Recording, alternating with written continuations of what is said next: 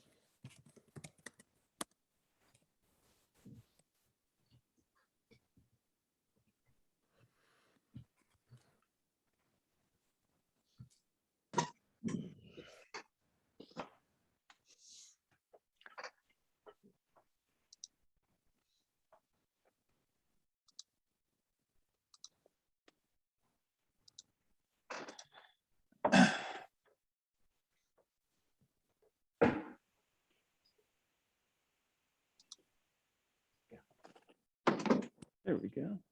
Whoa.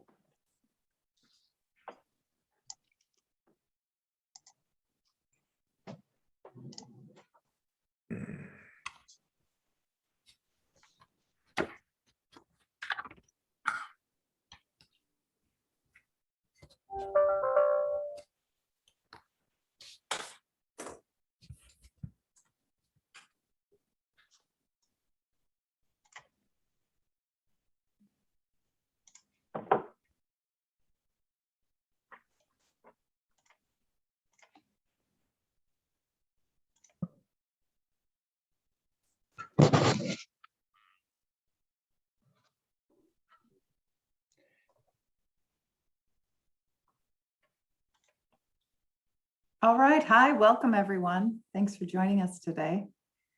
We still have a few people jumping on, Brian, but maybe another minute and then. Matthew, do you want to go ahead and pull up the PowerPoint for us?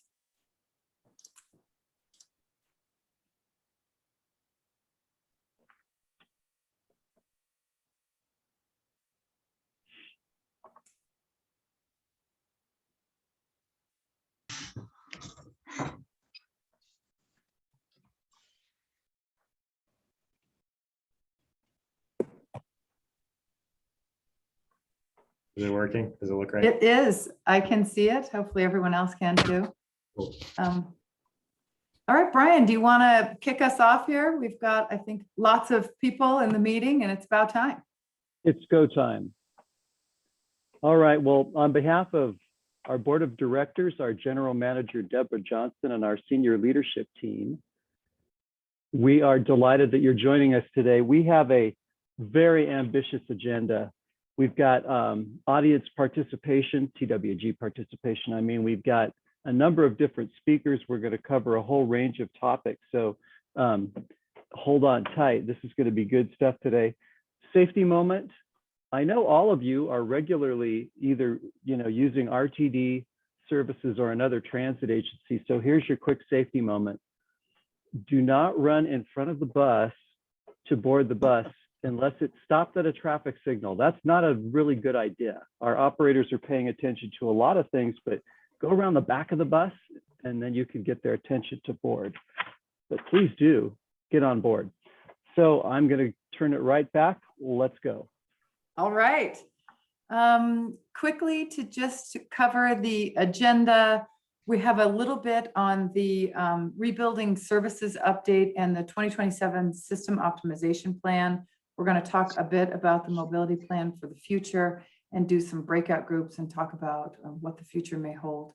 We have an update on the financial analysis, and we're glad to have our WSP partners here, as well as RTD's financial group here to support us with that conversation, and then some next steps. Our hope today is just to give you an update on where we are, and then most importantly, solicit input from you on direction, the future direction for RTD and dialogue around that. Mr. Van Meter, would you take us through the next few slides talking about the rebuilding service update? You bet. So my responsibility at this point is to just give you a good basis of understanding of what RTD's ridership experience has been through the pandemic. And we have some updated information and numbers regarding that on a few slides that I'm going to speak to. So one way that we've looked at our ridership is depicted on this map. It's showing spring 2021 weekday ridership on our routes that are continuing to provide service through the pandemic and that we're on the March, we're operating in March of this year. So average weekday ridership is depicted on the map. The blue and green lines are those routes that retain the highest ridership. Now, overlaid or underlaid on this map are also low income and or minority zones. And you can see a strong correlation looking at the map between where our ridership retention was the highest, those blue and green routes that retained between 40 and 70% of our ridership, compared to the yellow and red brown routes that retain less ridership. So you can see a strong correlation in those yellow zones, which represent either low income and or minority populations. So this is indicating to us that RTD has done a good job serving equity populations, serving our essential workers and our core ridership base through the pandemic on an ongoing basis. Next slide. Another way to think about and look at our ridership on a more granular level is looking at our weekday ridership by run board. So weekday ridership depicted in terms of boardings on the y-axis and on the x-axis time of day. And then the colored lines depict average weekday ridership on the system by time of day in 1 hour increments from midnight to midnight. You can see the black line, which was the August 2009 or 2019 run board pre-pandemic. You can see the two camel back humps of the AM and PM peak periods and the high ridership and corresponding high service levels that RTD has traditionally supplied to that core travel market. The yellow line is the January 2020 run board. It's lower than the black line because in March 2020, mid-run board, we had the shutdown stay-at-home orders. And so the average ridership and the impact was already starting to be felt.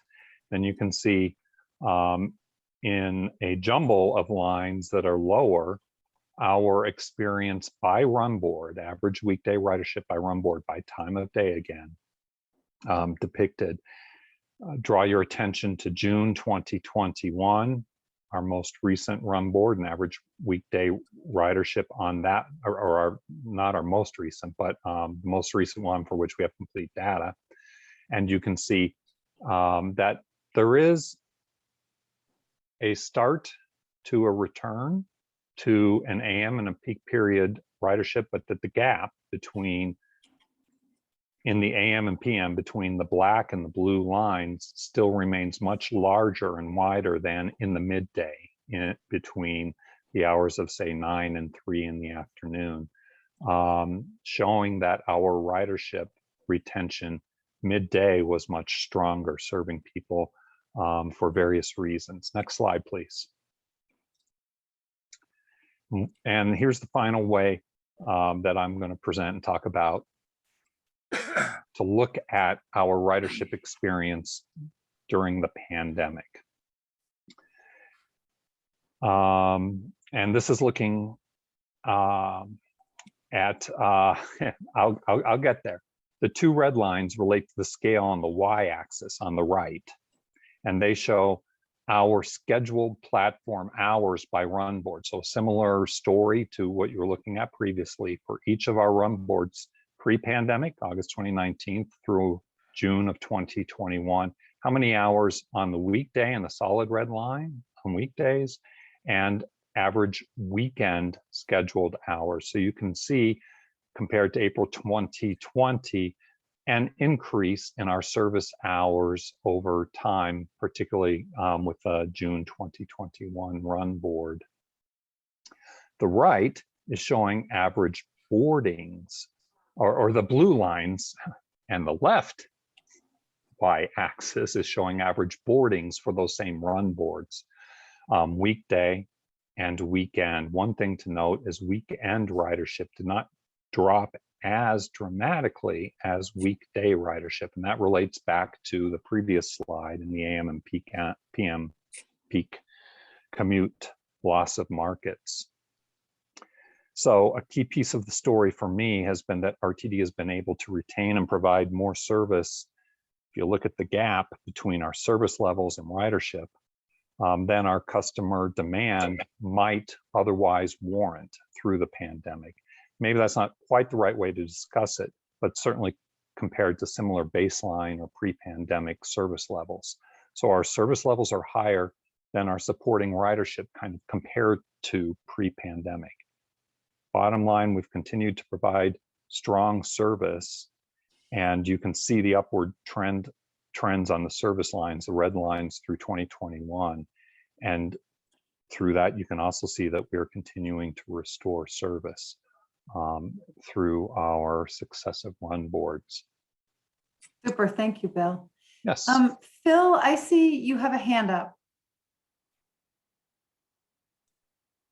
Yeah, thank you. I just refer back to slide 5. And I appreciate everything that RTD is trying to tell us with these different slides and the information they're trying to convey. So I appreciate that, but this one really got under my skin as far as trying to show ridership retention on routes that don't exist or haven't been reestablished back into the process after falling off, the run boards in April of 2020. So I don't think it's fair to show, and it's kind of labeled incorrectly here, but the LX routes, and there's probably a number of others that I just don't understand or know about, including some of these FF routes that go on 270. I just don't feel like they've been retained. They don't exist. And so it's hard to measure. It's hard to say that there's 0 to 10% ridership on a route that doesn't exist. So I would just say that in the future, if you can kind of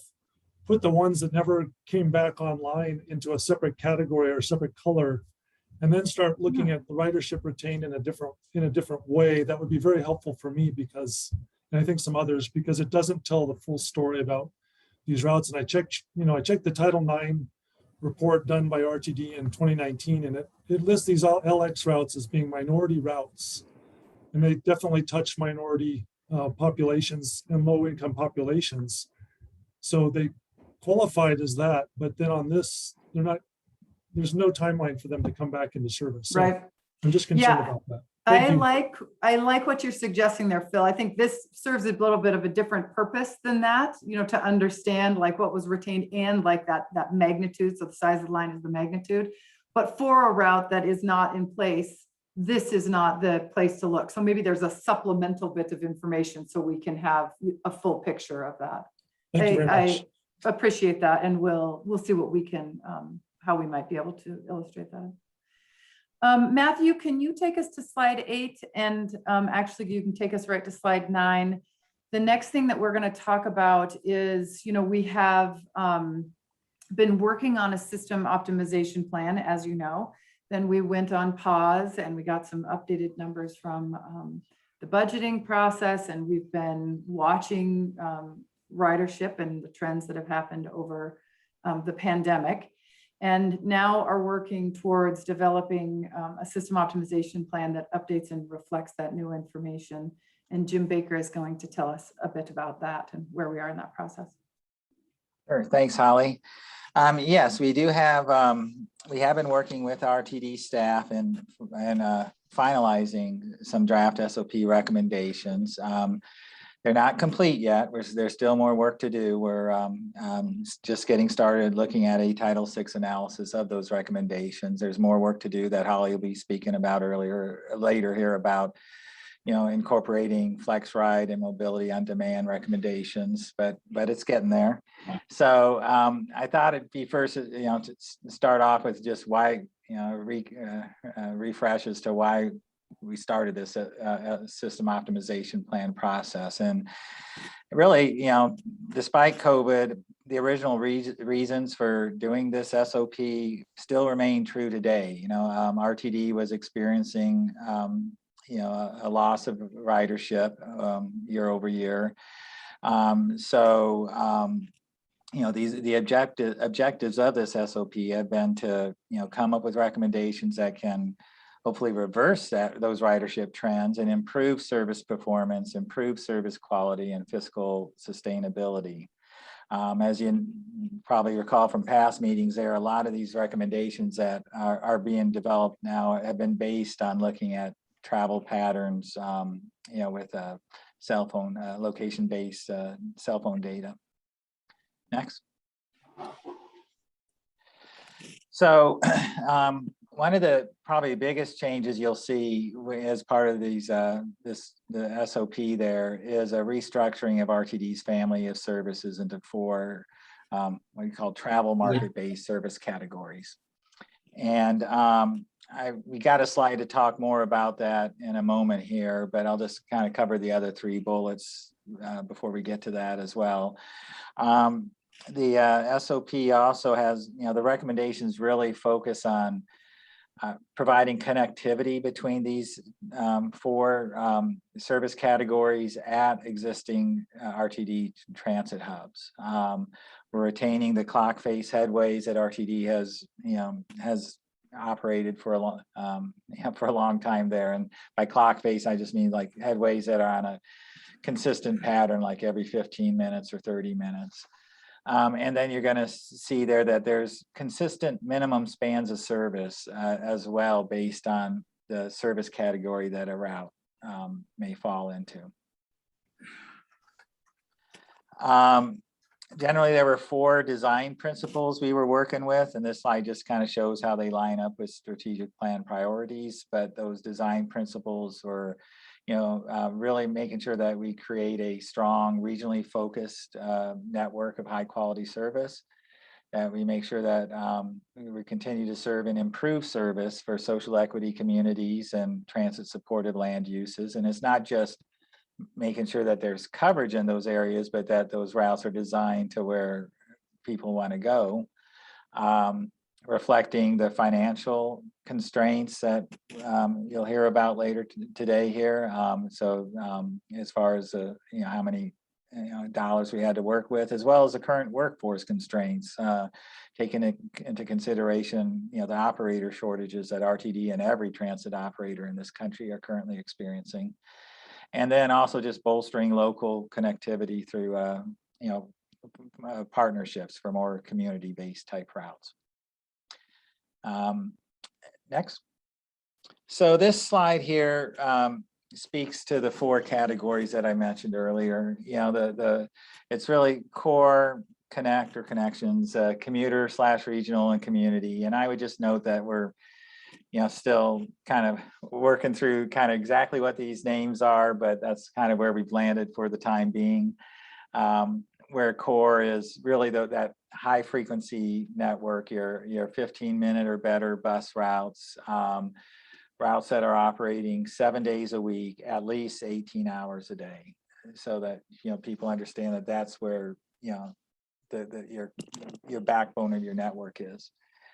Connections are more of the regionally focused local bus routes that may be operating at less frequencies, like 30 or in some instances 60-minute frequencies, but also have a minimum span of service. Make sure that we're covering both peaks and a little bit into the evening.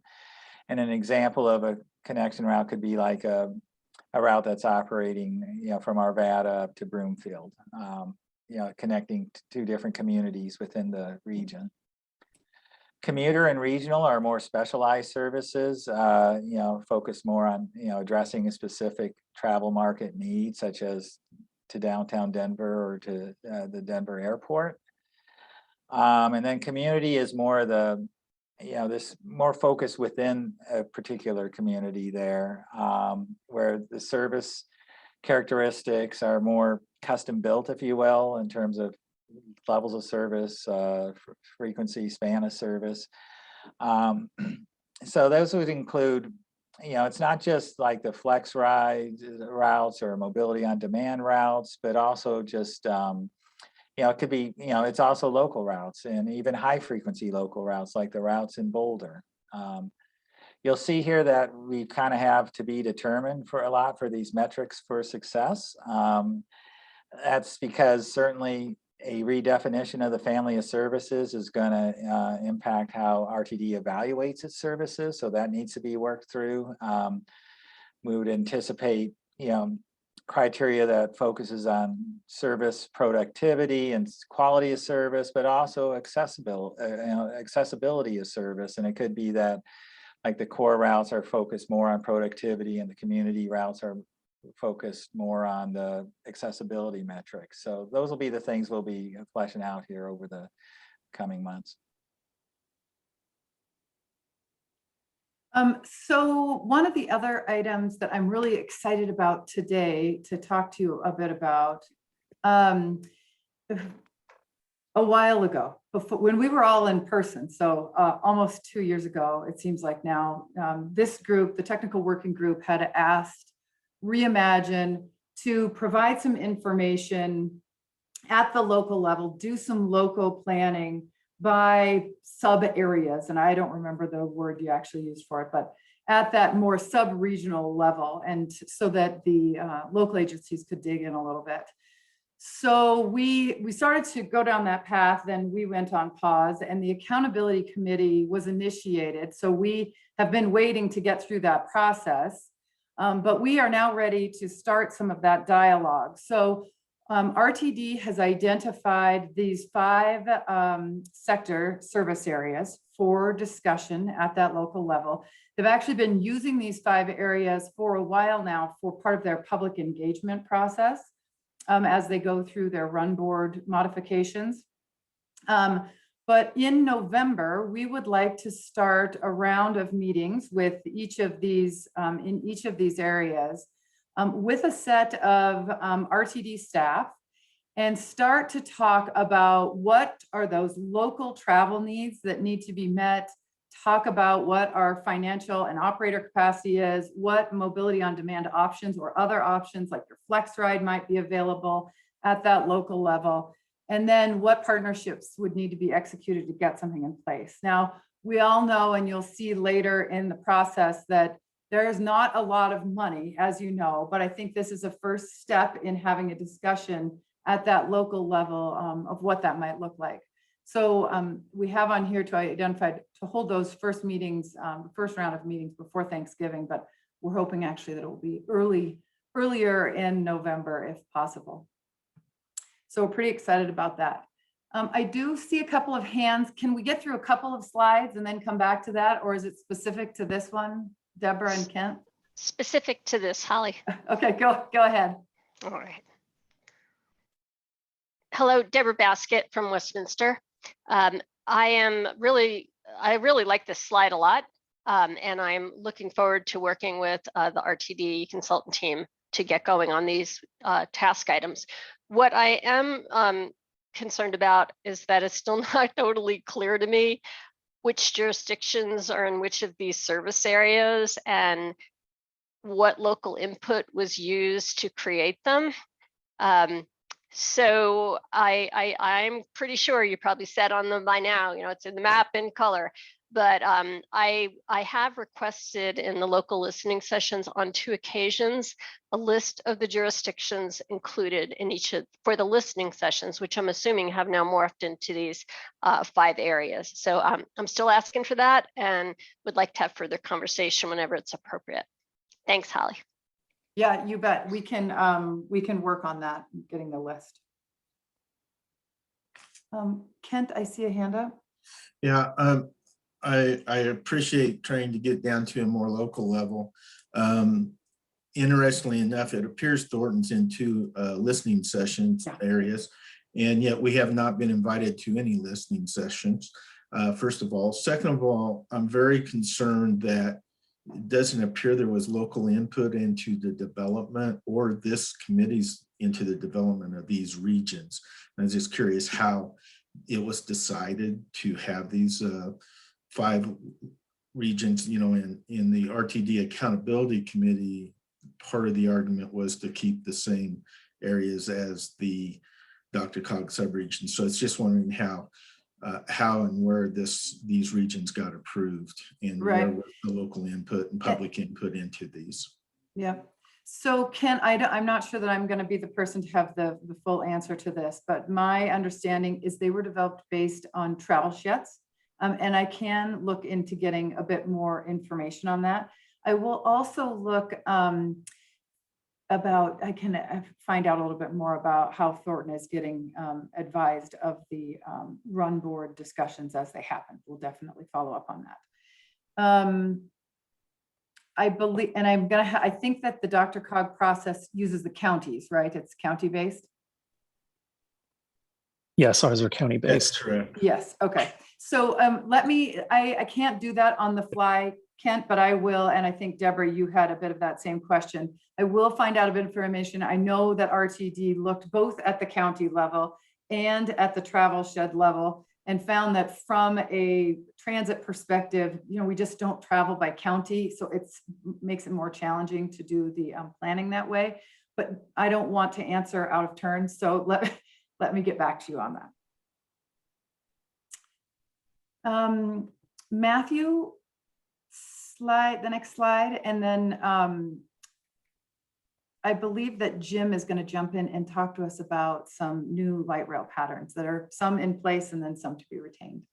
Right. Yep. Thanks, Holly. So, yeah, as part of the SOP work, well, before COVID, we were asked to look at SOP recommendations for the light rail service. And so this diagram here reflects what the service looked like back in 2019, where you had 5 separate rail lines meeting at I-25 and Broadway, and then splitting to go to either the core of downtown or Union Station.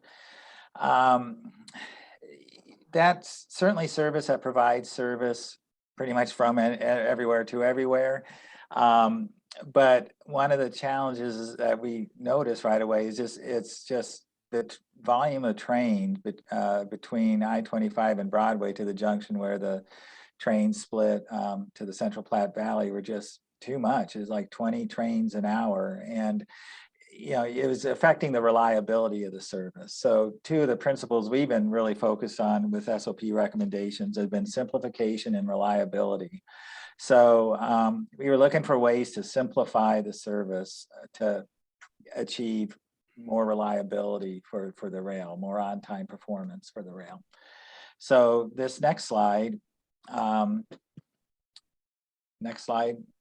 thanks, shows that simplification. And this is showing what the service looks like today. As a result of COVID, RTD was able to partially implement the what was being suggested there for the SOP, where basically it's simplifying the patterns there, where the C and the F are only operated as needed for special events, but basically, it's only having 3 lines through that area there between I-25 and Broadway and the Central Platte Valley Junction. So you don't have those volumes of trains that you're trying to manage there. So it certainly results in some additional transfers, but it also provides more reliability of service. I mentioned this is kind of a partial view of what was envisioned as part of the SOP. If you go to the next slide, ultimately where we'd like to get to, but because of fiscal constraints and operator shortages are not able to at the moment here, is having those 3 lines, the D and the E and the H, operating at 10-minute frequencies. So you have a higher level of frequency there, but still the simplification of rail lines. And with that higher frequency, less transfer time to get from one line to the other if you're not on the line that's getting you to your destination.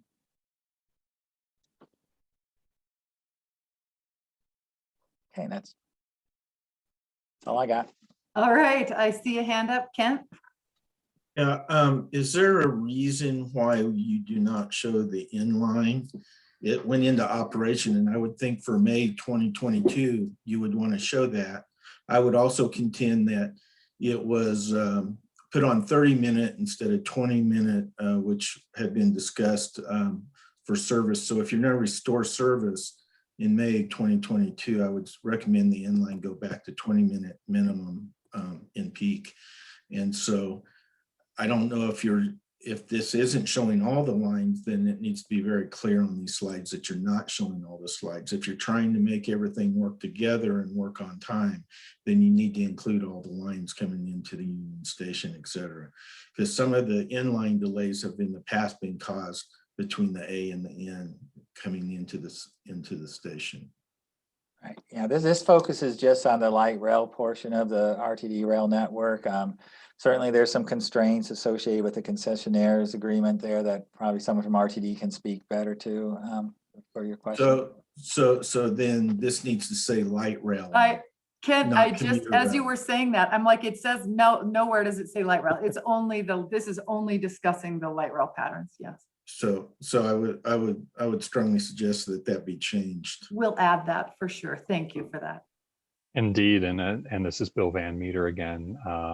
So we'll also make sure that, as we move forward and are communicating the system optimization plan, that we'll address the opportunities and constraints. Jim referenced one with the concessionaire agreement, which is not a constraint on the N line directly, at least, and what our commuter rail lines look like. Next slide, please. So as we're looking at rebuilding service and our ultimate reconfiguration as part of the system optimization plan, there are a number of considerations that we're taking into account. A key one is valuing our employees' health, safety, and well-being, not returning to pre-pandemic practices of mandating that our operators work overtime and work 6 and 7 days a week. Our current service levels are aligned with workforce availability. You've heard reference from Jim briefly and us in the past that we have some real challenges with our operators and mechanics, and we need to continue addressing that, and that is a consideration and a constraint for rebuilding service. Equity is also consideration. It's a priority for our service, using Title VI to guide our service and fair decisions, and assuring that our post-pandemic customer base continues to receive the services, especially the essential workers and equity in Title VI populations. Yeah, okay, thanks. I was just about to ask everyone mute. And then another item that we're dealing with and facing at RTD are the significant financial uncertainties that we have. We've talked about being able to sustainably support 85% of pre-pandemic service hours through 2027, which actually in a glass is half full perspective means that we can increase service over the coming years by about 25% over current service levels. And we have a major asset management backlog as another significant financial consideration and constraint on rebuilding service. Next slide, please. So we're looking at the impact of telework. We're looking at that twin camelback hump slide that I showed earlier, and incorporating our current observation regarding ridership and ridership response, as well as travel demand generally, not just focused on transit response to Mr. Greenwald's comment about services that have not been restored. We also recognize, given those operator constraints and the financial constraints, that not all pre-pandemic routes will be restored. So system optimization is looking at our service and rebuilding it, taking into consideration what Jim talked about in terms of our family of services, our service standards, and assuring network integrity.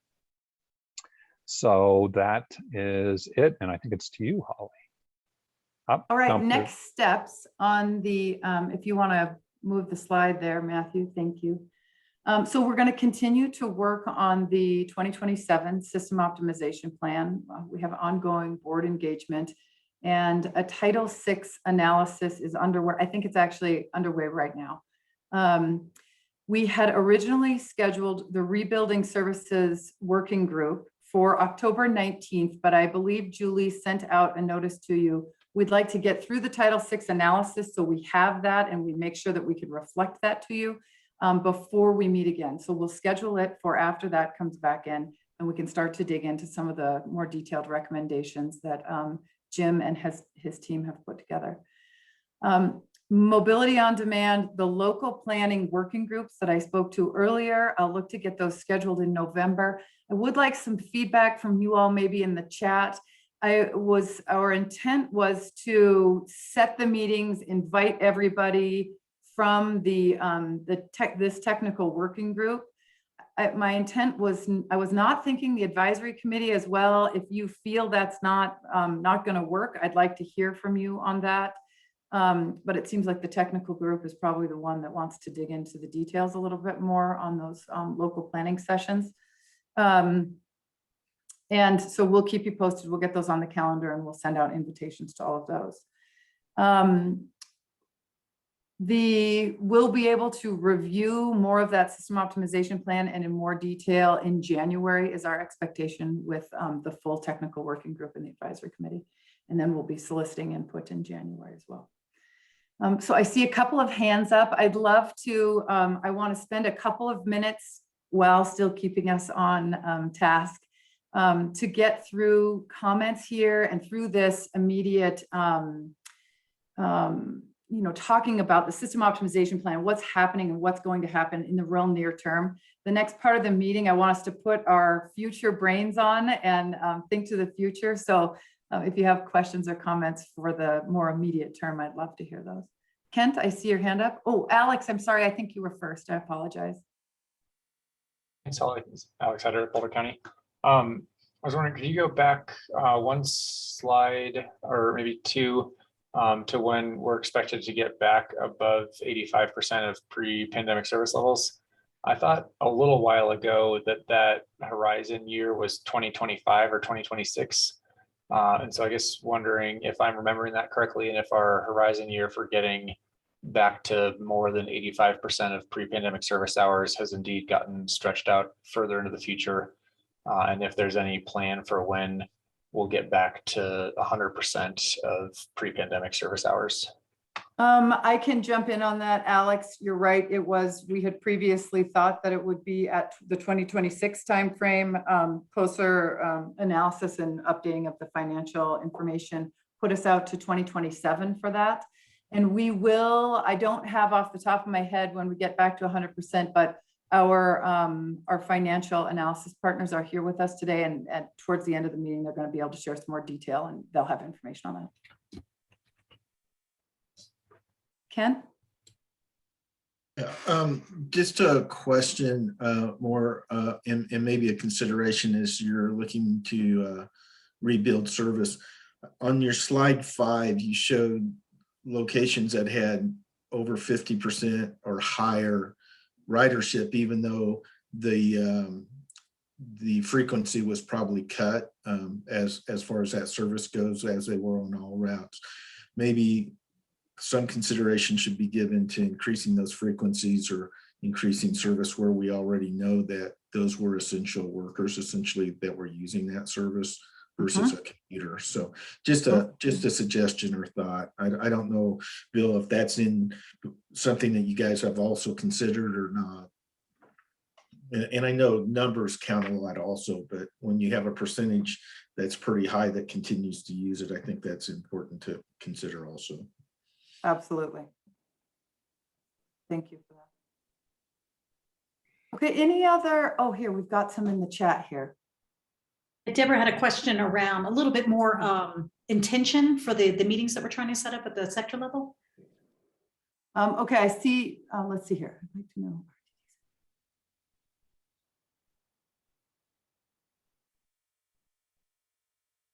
Meantime, maybe Local Jim. planning, yeah, okay. I'm Okay. sorry, Bill, I go I ahead. was just going to suggest Jim might be able to answer Yeah. Gene Sanson's question regarding consideration to BRT and the family of services. Yeah, Jim, do you want to jump in on that? BRT is included in the family of services. Unfortunately, I don't know what slide that is, and I don't know if it's. That would be part of the core network because, because of the investment and the frequency of that. So, yes. And earlier, Andrew had asked about the definition of high frequency, and I did put flag in the chat. It's the definition that's identified currently is 15-minute or better service, and it is peak and off-peak, weekday, weekend, and it's 18 hours a day. Do I have that right, Jim? It's 15 minutes or better weekdays, peak and midday, but not necessarily on the weekends. Not necessarily on the weekends. Okay, thank you for that clarification. And then Deborah, the intention currently is to focus on mobility on demand, some of the flex rides that are out there, and some of that real localized service. It sounds like you're hoping to have a broader, like it encompasses a little bit more, and we might be able to do that too, perhaps baby steps. But I hear you on the looking a little more broadly at it might be helpful. David? Hi, thanks. David Krutzinger, City of Denver. Just a comment. I mean, if all of our expectation is to get back to 100% service level for our jurisdiction, then I think we all just have a 5-year tug of war ahead of us because it's not realistic. The other end of the spectrum is that we just, do a 15% hatchet job across the entire network, and that's the best we can do. So I think somewhere in there, we all need to be able to provide, and whether it's our specific jurisdiction or through these 5 subregions, we need to provide some clarity to RTD about what the most important routes are to return and which ones are willing to, go a little bit lower service on, because that's just seems to be the reality of the financial plan. Yes, thank you for that, David. Mac? Yes, Holly. Number of us are curious how the just initiated or about to be initiated FAIR and PASS program and effort evaluation, how will that be considered and inform this process and the specifics on system optimization relative to ridership, financial implications, Right. And certainly service, deployment of service and delivery of service. Yeah. Bill Soroy, I'm hoping you can jump in and speak to that just a little bit. I will tell you that, Mac, for the financial analysis, we had to make some estimates in the background for what's coming in on fair revenue. If the process gets far enough along that we can actually put something in from the FAIR study, we will do that, but it is obviously farther behind us, so we may not have that opportunity. But Bill, I think you're probably the right person to touch on that. Yeah, thanks, Holly. Again, this is Bill Soroy, Senior Manager, Transit Oriented Communities. The FAIR study really isn't going to get going until next year, and we really aren't going to get into the heart of the analysis probably until right about the time we're wrapping up this process. So unfortunately, I think more of what's going to happen is that our financial projections for our estimates that we're doing for the long term for this process will have some influence again on the FAIR process in terms of what can we assume, what does that mean for the level of fair revenue we should expect to collect over time. I think the one thing that is different about this process that previous processes is that we are not assuming, we are not going to go into it with a specific fair revenue targets as a criteria. So we are, with that understanding that fares may go down. But I think, the piece of this that will, have the most influence is that kind of long-term financial projection that we're looking at here, and ultimately what that means for us as an agency and how that would affect fares, our assumptions about fares. But we will be doing a fair amount of modeling of alternatives in terms of what the impacts on ridership and revenue are. Those will be happening, probably mid next year. So it's probably not going to quite sync up with this process. Okay, thanks, Bill. All right, Matthew, can we move on to the next section? All right, so this next piece, we're going to take off our immediate and our near-term hats, and we are going to put on our thinking out into the future hats. And this is perhaps as important. I know it's we spend a lot of time thinking about when the route that has been cut or reduced in frequency will come back, and we absolutely have to think about that. But we also have an opportunity to shape what RTD looks like in the future and make sure that RTD is responsive to changing mobility needs in our region, and that they are set up to be resilient and sustainable into the future. So that's what we're doing in this next part, and we're going to do some group work here. But first, I just want to have a quick little reminder, if we go into the next slide, of what the mobility plan for the future is. So we spent quite a bit of time looking at what's happening today in the region, of what's happening pandemic and then even pre-pandemic. And then today we're going to spend some time talking about what the future may look like. And this is an area where I think the pandemic has provided us an opportunity to be really critical about that. A lot of times when we go do planning work, we like to think about the fun scenario where we have money and everybody wants our services and we have all this opportunity. And sometimes that's not actually the case of what the future holds. That may be the case, and we can hope for that, but we need to also be critical and think about what if the travel patterns change, what if money is not available, what if workforce is not available, and we need to look at a variety of futures to ensure that we are strong and resilient in all those potential futures and affect them as much as we have the ability to influence. So we're going to talk about the future state and those scenarios today. Then we're going to break up into small groups, and we're going to ask you to identify how does it make the most sense for RTD to respond to the future that's been laid out for your particular group. And then we're going to use those to inform recommendations that come out and develop the mobility plan for the future. So the next slide has a couple of key questions. In July and August, we talked about RTD's current state.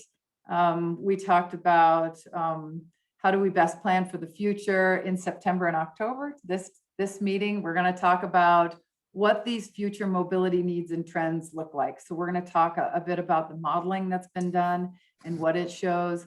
And then do RTD's current commitments, operations, policies, are they a good response to this future? Or do we need to have some other response that we should be considering for RTD, given innovation that's occurring in our industry, changing travel patterns, work from home, changes in our commute trips?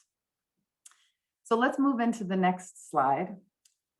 The last time we met, we talked specifically about driving forces that are impacting the future. And we talked about putting scenario plans together. So we're going to show you, DRCOG has done, obviously we can't think of and model every possible future that may come to us, but DRCOG has done some scenario work. We have done some scenario work that we're going to share with you. So Jacob Rieger with DRCOG has been kind enough to join us today to give us a little bit of background on their scenario planning work so that you can take that information into your small group exercises. So Jacob, are you out there? Yes, I am. Wonderful. Thanks, Holly. Yeah, I think I know just about everyone on this call, but Jacob Rieger, Long Range Transportation Planning Manager at Dr. Cog. As Holly indicated, she wanted me to kind of summarize, and I'll admit this is a little bit like drinking from a fire hydrant, but she wanted me to summarize the scenario planning work that we did as we were developing our 2050 Regional Transportation Plan. I do want to start with just a little bit of context. It feels like so long ago, it was pre-pandemic. It was right on the sort of leading cusp of the pandemic. We started this work back in late 2019. And early 2020, just before the pandemic hit. Although I think interestingly, there is a little bit of dovetailing of some of the work with what we ended up seeing as part of the pandemic. The big thing in terms of scenario work that we did for the 2050 RTP, again, we were looking 30 years out in our long range plan. This really was an exploratory exercise, a what if exercise. You know, what if we tried this? What if we did that? We've all said to ourselves and each other over time, you know, well, what if we tried this strategy, or what if we did this thing? What would happen, right? And so that's actually what we wanted to test. What we were not doing was we were not doing scenarios to pick a scenario, a preferred scenario, or pick a preferred hybrid scenario. We certainly were not using it to pick projects. What we really wanted to do was really do this sketch planning exploratory 30-year exercise to understand if we, you know, if we tried multiple different strategies, multiple different futures, and tested out different things, what would be the impacts or the effects of those things on mobility and travel in the region? So it really was this kind of relative exercise of, if we do ABC, what might happen to XYZ? So if we go to the next slide, we defined and tested a series of both transportation and land use scenarios. You see them on the screen here. I will quickly define them as we kind of go through each one. But the point here is that we wanted some very, you know, and this is a scenario planning best practice, you want very kind of diverse things that you're testing. You know, if you test Coke, regular Coke, and Coke Zero and Coke Light or whatever, like they're all pretty similar, right? You're not going to see a lot of different things. We really wanted to test very, very different things, both on the transportation side and the land use side. And we tested these individually. And then we actually tested combinations of scenarios, which was actually really fascinating in terms of what we saw.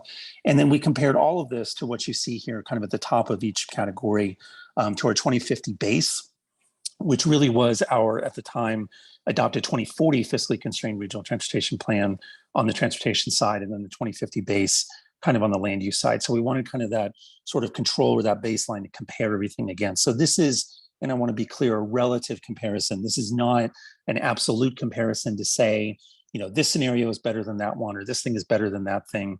This is all relative and it's all exploratory. But I think within that, we also did find out some really interesting things. So next slide. Starting with the travel choices scenario, as you see this sort of quick definition there, this was really about increasing travel and mobility choices along our major arterials. This was a really sort of urban arterial focus strategy around safety, complete streets, you know, multimodal options, really looking at what would happen if we really sort of invested big time in our major arterials. You will see on these slides a whole lot of statistics. In the interest of time, I'm not going to go through every one of them. Some of you have seen this already. All of this is documented within Appendix F of our 2050 Regional Transportation Plan. What I will say to try and help you make sense of each of these is that we tried to do a little bit of the consumer reports that you can see in the lower left in terms of, we wanted to compare each of these across a common set of metrics. We looked at VMT, vehicle miles of travel, transit trips, walk and bicycle trips, delay. And then we also compared against some of our MetroVision plan targets that we have for, you know, for the future in terms of things like reducing vehicle miles of travel, reducing single occupant travel, particularly to work, minimizing delay. And so we wanted to just get a relative sense again of how are these scenarios performing. So for example, in the travel choices scenario, you can see that, you know, it did result in, as compared to the baseline, a reduction in VMT, an increase in walk bike trips, and a decrease in delay, a little bit of a decrease in transit trips. And you can see on the MetroVision side, it did meet one of our MetroVision targets, but not the other two, as an example. Let's go to the next one. Transit scenario, and here I'll take the opportunity to stress that each of these scenarios, these were multivariate scenarios that incorporated, you know, a multitude of things, right? That's why they're multivariate scenarios. We were not testing a project, or we were not testing a policy. So for the transit scenario, as an example, one of the things at the time that sort of got out was that, oh, DRCOG is testing, fare-free transit for RTD. Well, we were not doing that specifically. Yes, this scenario did include fare-free transit, but it also included a lot of sort of transit infrastructure, transit service, other sort of transit-related investments or characteristics in terms of this scenario. We were, again, not testing an individual project or policy, but we were saying, look, if we were looking at a transit future, for example, and identified several things that could go into that, what would be the potential cumulative effect or impact of a transit scenario? So for example, here, 76% more transit trips as compared to the base, but interestingly, a small decrease in walk and bike trips, and 100,000 more households using transit, 14% of all households in the region. And then you can see the statistics at the bottom left in terms of how it responds to those metrics that we were tracking. Even though, again, each of these scenarios definitely moved the needle, doesn't necessarily mean that it met our MetroVision targets. And that was the case here with the transit scenario. Let's go on to the next one. Now we're going to start getting into, and this is really abbreviated because there's the actual presentation would be 3 times this long, but in the interest of time, we're skipping ahead to where we started actually running a couple of these scenarios together. So remember I said that we had a couple land use scenarios. We ran each of the transportation scenarios independently. We ran the land use scenarios independently. But then we said, well, what if we put some of the complementary with an E, sort of like-minded land use and travel and transportation scenarios together, what would happen? So this one is showing you the infill land use scenario, which is what it sounds like, and the travel choices scenario that I referenced earlier. We ran that together, and as you can see here, vehicle miles traveled decreased by 14.5 million each day, 11% less VMT compared to our 2050 base, twice as many walking and biking trips, 16% of all trips taken in the region by 2050. And then you see the metrics that, significant decrease in VMT, significant increase in transit and walk and bicycle trips, and a significant decrease in delay, and a better performance in terms of meeting our MetroVision targets. And then the punchline here is shown to the right, more transit trips than in the transit scenario. So this really speaks to sort of the power of land use, particularly in combination with transportation investments, to really move the needle on some of these metrics. Let's go to the next slide. This is a land use scenario, a center scenario. What if local governments focus development around key centers and corridors around the region? Again, I'm not going to go through all of these statistics, but the point here is just a land use scenario, on this one, without pairing it with one of the transportation scenarios. You see the really significant performance of this scenario in terms of some of these metrics, the significant increase in things like transit trips and walk and bicycle trips, meeting our MetroVision targets around reducing single occupant vehicle travel to work and minimizing delay, for example. Again, speaks to the power of land use. Frankly, one of the things that we found was land use itself, was potentially more powerful than even some of the transportation scenarios in terms of moving the needle. And then obviously land use scenarios together with the like-minded transportation scenarios really had an impact. Now, in saying that, we recognize, again, this was exploratory. DRCOG does not control local government land use decisions, but in an exploratory, sort of future-oriented exercise, we at least wanted to show the region what could potentially be possible. What should we be thinking about as we put a long-range transportation plan together? And I think probably everyone in this group would agree that transportation and land use are inextricably linked. You can't talk about one without really being thoughtful about the other. So I think we're getting near the end here, but next slide, which is the centers and transit scenario. I think you get the point by now when we start pairing these things together. This was an extremely impactful scenario. The number of arrows at the bottom left gives you the sense of the magnitude of change. A very significant decrease in VMT, a very significant increase in transit, walk and bicycle trips, and a very significant decrease in delay. This combination of scenarios did happen to meet the MetroVision targets that you see there for VMT, SOV travel, and minimizing delay. And then, as indicated, more total person trips since there is more free time for short trips. So again, we really saw this scenario in particular kind of move the needle on the metrics that we were measuring. So I think, that's just a sort of a brief, as I said, drinking from a hydrant. But I think the point there was that we wanted to kind of show you a snapshot of the work that we did that really helped inform our subsequent planning process for the 2050 RTP. And just, as Holly said, putting on your future-oriented big picture hat, just, kind of what's possible, what's potential in this region over the next 30 years. So Holly, I'll turn it back over to you if there's questions or if we want to proceed. Yes, well, we are short on time, but there is a question. What kind of density are you assuming in the center scenario? That is a good question. I think my colleague Alvin is here. Alvin, if you happen to remember, I don't remember off the top of my head. What I can say sort of philosophically is that both the centers and the infill scenarios on the land use side were really strategic in terms of not a radical departure from sort of 2050 local government land use plans, but pretty strategic around infilling or centering kind of land use decisions in a few key places. In other words, it wasn't a radical change to produce these results on the land use side. But Alvin, do you remember specific numbers? Some specific numbers. I will agree that these were all based on the local zoning within each of these communities, so we're not changing anything that's already exists within them. The center scenario focused growth around 3% of the region's land area. So those were rapid transit stations, employment centers, and then urban centers that we have defined in the region through MetroVision. Super, Yeah, thank you.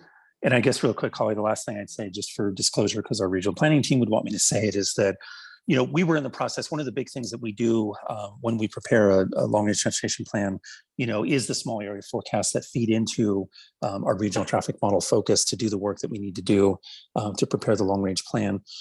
This was sort of the beginning iteration of that work in the sense that when we were starting to do the land use small area forecast work, this was a regional level analysis. This was the entire DRCOG region. For those of you that work with us on this in preparing land use forecasts, small area forecasts, you know that eventually we kind of got to, I think it was county level forecast to produce the official forecast. So I do want to make that disclosure that this was an earlier iteration that was really looking at the regional level before we got to the county level. Obviously, when you get smaller geography, it does make changes. Again, this wasn't meant to be a precise statistical analysis. This was meant to be a philosophical analysis that really showed, you know, what could be possible at the regional level. And I think it does that. So thanks. Yes, that's wonderful. That was a great summary, Jacob. I appreciate it. So similarly, we, keeping all of that in mind, we're going to break into small groups and we're going to talk about a few scenarios that we've put together based on our conversation at our last meeting around driving forces and what's really going to influence the future of RTD and how should RTD respond. So if we go into the next one, it illustrates the 4 scenarios that we have identified. One thing that we identified for sure, we know that we have a change in how and where we work, right? So telecommuting was identified as one that is going to influence RTD and what RTD does. So on the bottom end of that y-axis, we have low telecommuting and we have high telecommuting on the high end of that. Now on the x-axis, we have low workforce, which translates to a lower level of service. And on the far side on the right, on the x-axis, we have high funding, which equates to we have workforce available and we have funding available to provide a substantial amount of service in the region. And in fact, this is a pretty, what's in the background of the modeling that you'll see is a pretty big level of service. It's completing all of fast tracks. It's all of the BRT corridors are in place. So it's a big level of service that you have on that high end funding. The cross section of those creates 4 scenarios, and those are what we're going to break out and talk about today. So, you know, in the top right corner, we've called it Hopeful Horizons.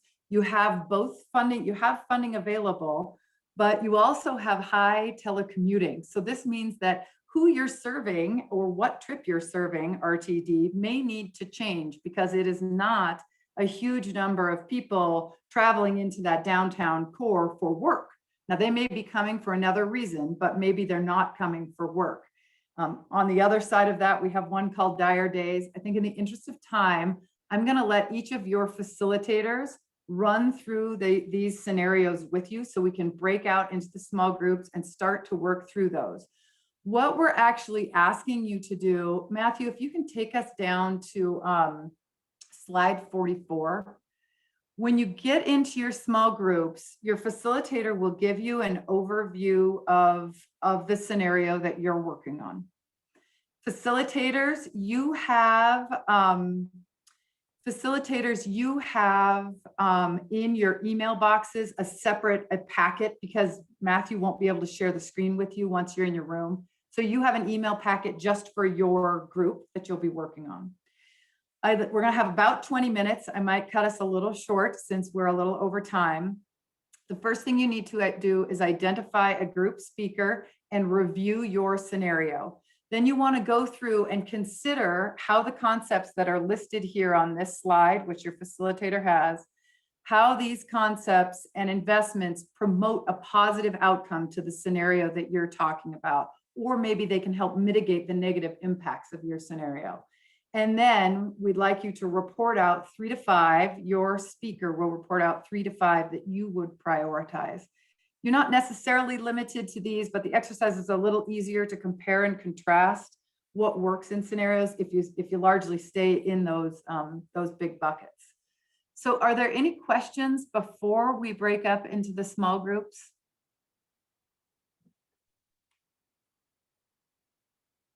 I don't see. Holly, I think it would be helpful for you just if you do it really briefly, so everybody at all the same time can just look at the numbers. Don't go into a bunch of detail, but yeah. Matthew, if you go up to slide 42, go to slide 42. Now there, the modeling does give us a whole lot of numbers. We have pulled out some that we think are particularly important, and you'll see these for your particular scenario with your facilitator. There's the baseline scenario that is Dr. Cog's 2050 adopted plan, close to that. And then you have a comparison to scenario 1, 2, 3, or 4, depending on which group you're in. You'll see these are daily boardings that you'll see, and you'll see how they change from the baseline. You'll see the transit mode share that this particular model was able to capture. Equity zone mode share. So are we actually capturing people in to want to ride transit in the equity zones with the system that's in place? Passenger miles of travel, and then average transit trip length. And there are other metrics that Michelle may be able to pull out for us, but I think for this exercise, couple of things. I wouldn't get too wrapped up in how this scenario came to pass. We'll give you some examples of like what your future looks like as you review the scenario. And I would focus on, I wouldn't get too wrapped around the numbers. Oh, it's 8.2 versus 8.4. We want you to, much like Jacob was saying, stay at that philosophical level. If you have fewer commuters coming into downtown Denver, is there an appropriate response for RTD when they think about investments and how they might change their service in the future? That's what we want to get to. Any other thoughts, questions before we jump in? Oh, slide. Are the scenarios only marginally different? No, the scenarios are pretty substantially different from each other, Mike. They are, when you look at the background of like the transit that has been, just for instance, when we model the low workforce, it is almost like a COVID level of transit that's in the background of that. And when we model, you have money and you have service on the ground, it's all the way up to like that big frequent service, all fast tracks complete, BRT corridors in place. So it is pretty substantially different when we look at those side by side from each other. But on slide 42, the only line that's really different is boardings. All the other ones are really different. Yeah, so the boardings are really, those are the most notable change in what you see out of the model. And actually the transit mode share, I know this doesn't seem like a lot, but getting the transit mode share in the model to change at all, it's, because there's just so many people in the model that use private autos, that actually this is a pretty substantial change in transit mode share too, that you're seeing here. But again, I would really not get wrapped up too much in the numbers as much as think through critically what makes sense for RTD given the scenario that you're working on. Other thoughts or questions?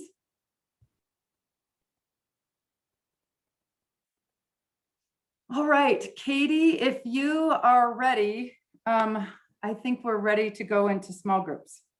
That's great. I will break us out into those rooms in just a second. Just a heads up that if you are a TWG member or somebody from one of the agencies or community, you will be going out to one of the 4 scenarios. If you're RTD staff or a consultant, you'll be going back to the main room, and I'll go monitor to make sure we don't have any stragglers left behind that need to get moved into a room. So with that, I will go ahead and open the rooms. And I think, Holly, the plan is that there will be 20 minutes and we will go ahead and give you updates and reminders as we go through as well. It's about 3:40, so the plan will be to end about 4 o'clock. So with that, I will open the rooms. Thanks.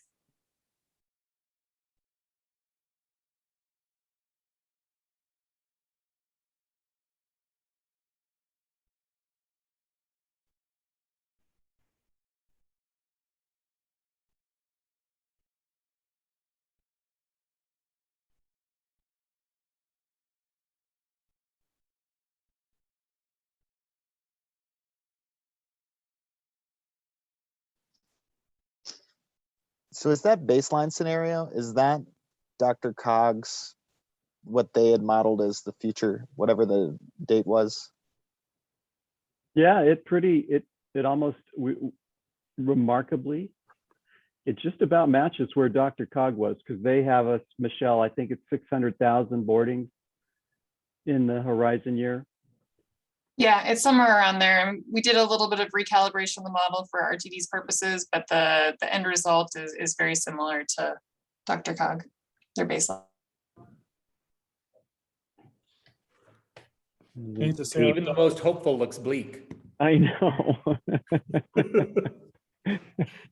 I did like that DRCOG scenario presentation. That made me hopeful. Yeah. I like that. So I'm just jumping in here. I don't know, Matthew, I was messaging you about this. Did you guys have an opportunity to kind of get into the, I know I was making sure we didn't have stragglers, or should I get the presentation open? Okay. Give me 1 second.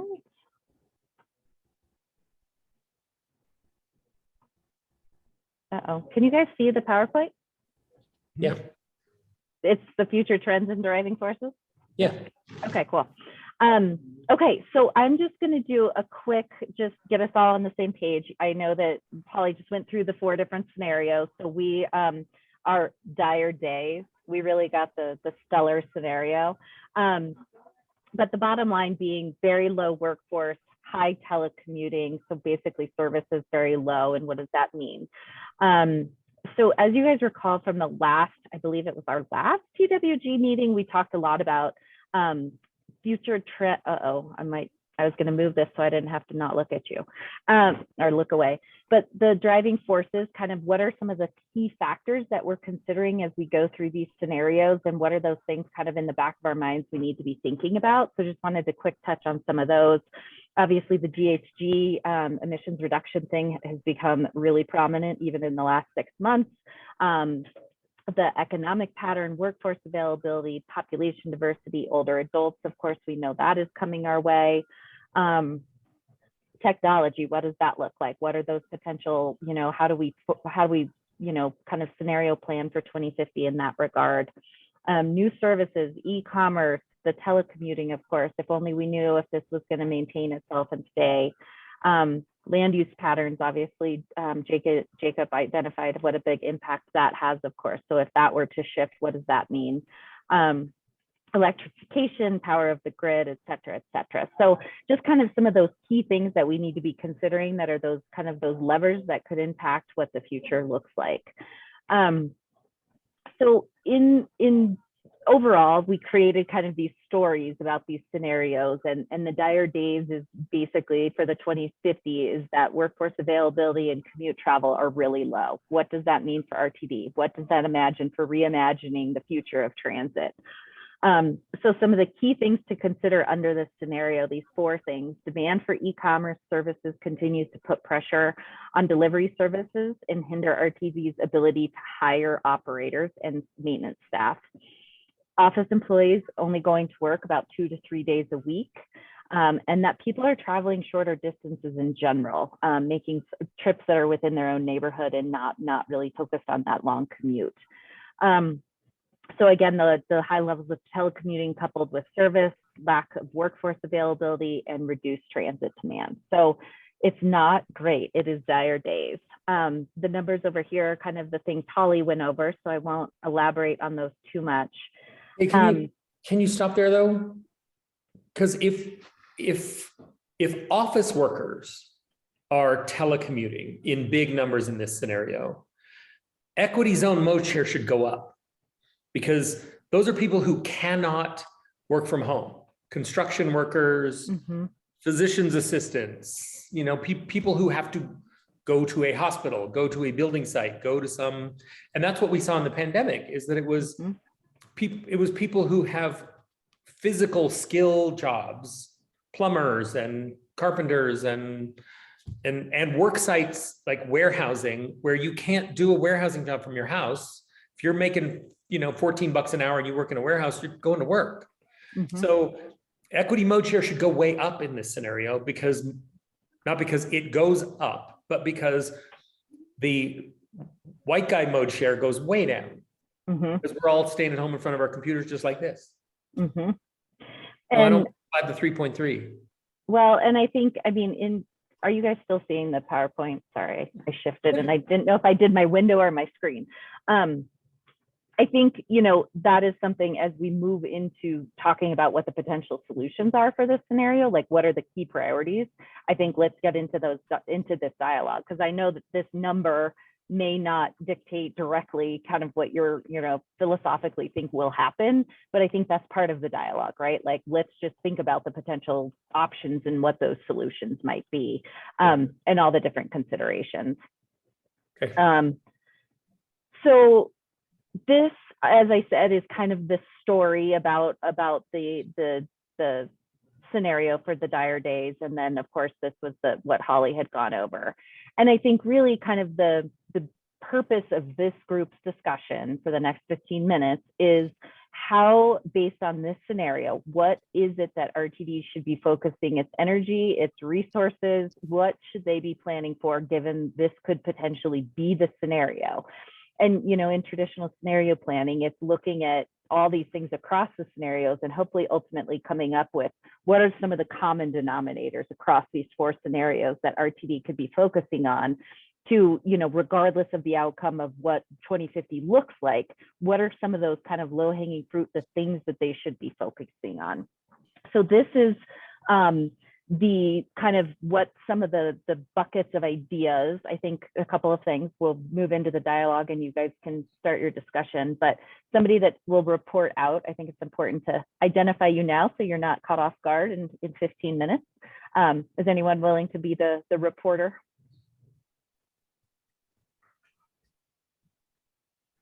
Are you gonna make me pick someone?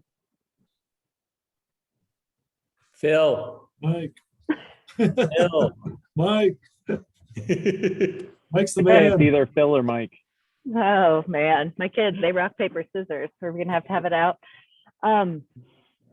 So I think let's talk about the discussion about responding to this scenario. And I think just give you guys a second to look at this list of, okay, what are the concepts and investments that would best promote a positive outcome for this scenario, or mitigate some of the negative impacts that could occur. So I think, you know, the ultimate goal here is to have the dialogue, identify the 3 to 5 that you would prioritize, and then talk about some of those things, Mike, like you were saying, like what are some of those outliers in potential realities that could inform this scenario. So with that, I will turn it over to all of you and happy to help and answer any questions if I can.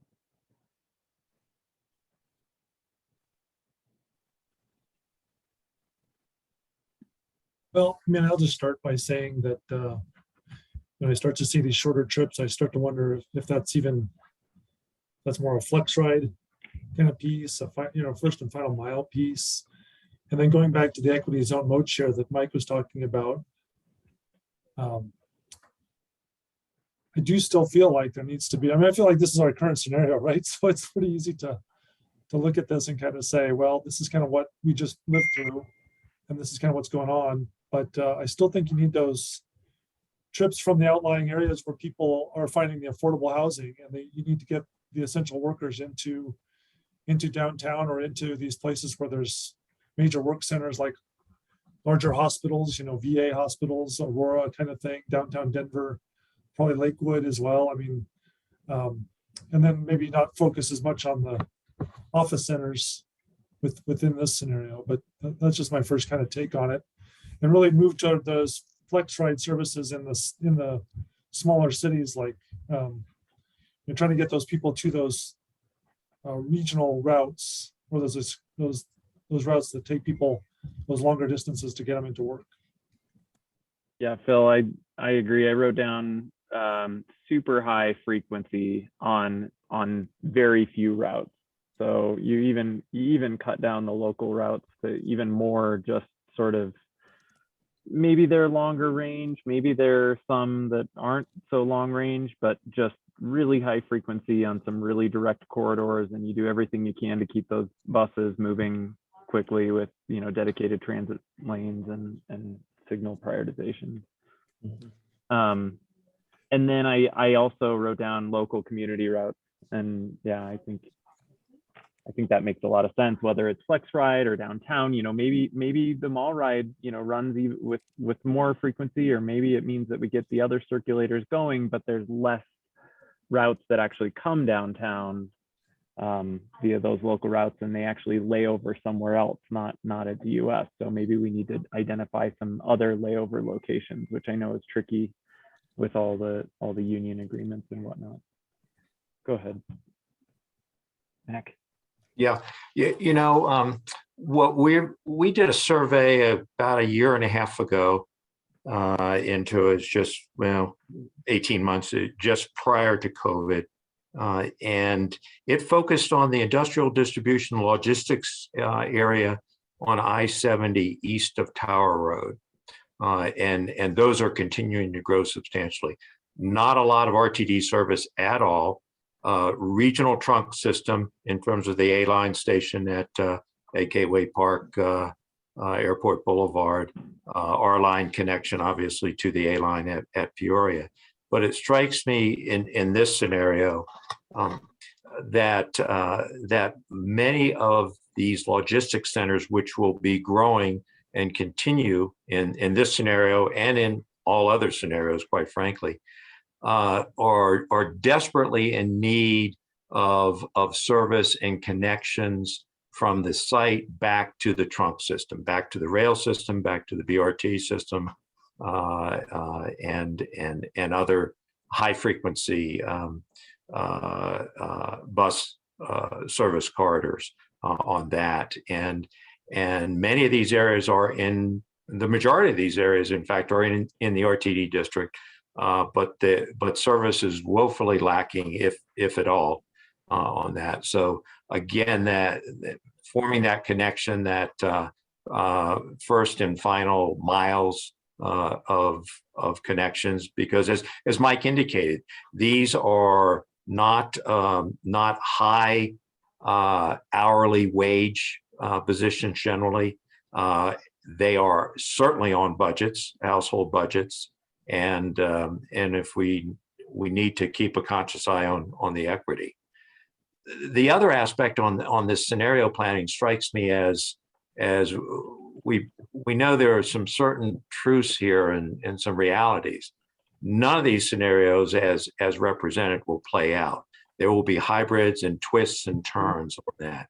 So might it be better use of resources and our time to look at structurally and organizationally what will allow RTD to be nimble and responsive to changes that are unexpected, unanticipated, and to respond with partnerships with the local jurisdictions. Thank you.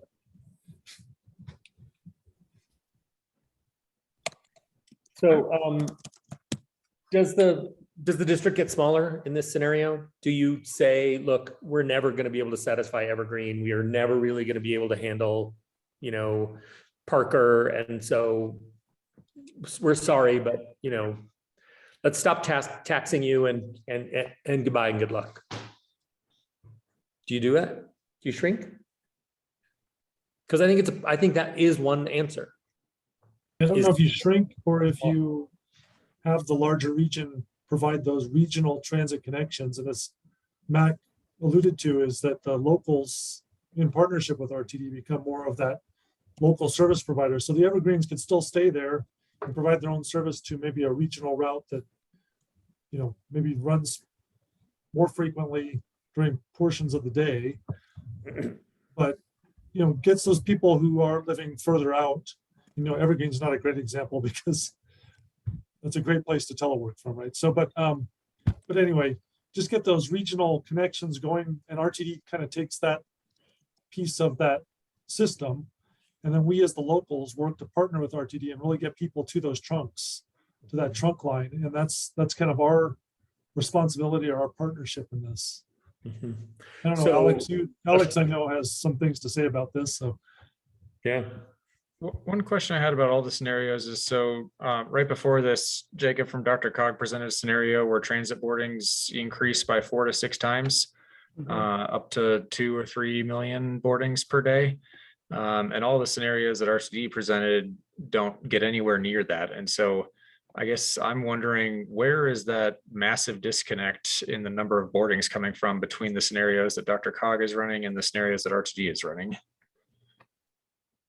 I think so part of it is, if you go back and look at like their actual scenario planning appendix, it kind of details more into what they assumed. And they assumed like a massive investment in, like, I don't remember all the deals, but it's like free fare. It's like all the BRT lines that have been identified in previous plans all exist.